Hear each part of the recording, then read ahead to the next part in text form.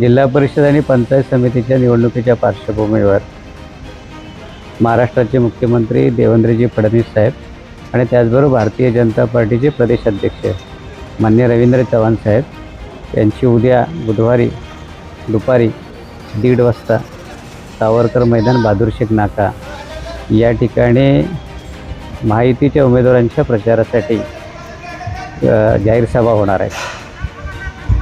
होणार आहे आणि त्या सभेचं काम आता अंतिम टप्प्यात आलेलं आहे आणि निश्चितपणे या सभेच्या माध्यमातून एक चांगलं वातावरण चिपळूण तालुक्यामध्ये तयार झालेलं आहे। जिल्हा परिषद आणि पंचायत समिती निवडणुकीच्या दृष्टीने ही सभा किती महत्त्वाची आहे? अत्यंत महत्त्वाची आहे, कारण भारतीय जनता पार्टीच्या दृष्टीनं तर खूपच महत्त्वाची आहे, कारण ह्या निवडणुका स्थानिक स्वराज्य संस्थांच्या निवडणुका आहेत आणि भारतीय जनता पार्टीला या ठिकाणी यश मिळवण्यासाठी ही सभा आणि मुख्यमंत्र्यांचं येणं हे खूपच जिल्ह्यासाठी उपयुक्त आहे। त्यांच्या सभेचं नियोजन कसं राहील?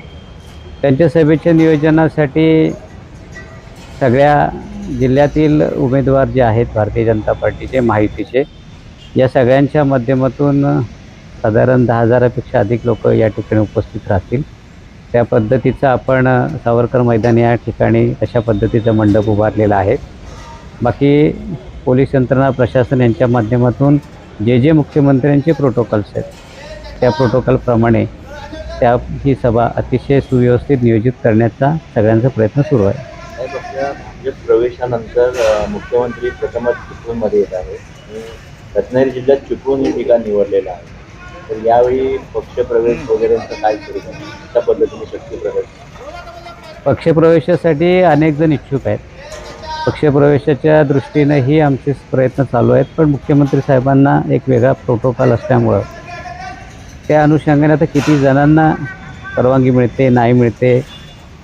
3 सभा त्या दिवशी आहेत, रायगडमध्ये सभा आहे, सिंधुदुर्गमध्ये आहे, वेळेची मर्यादा आहे, त्यातूनही आम्ही काही प्रवेश करण्याचा आमचा विचार आहे, परंतु त्याच्यासाठी ज्या परवानग्या आणि इतर सगळ्या गोष्टी आहे त्या सगळ्या जर मिळाल्या तर तेही प्रवेशाचं काम अतिशय मोठ्या प्रमाणात उद्या आपल्याला दिसेल।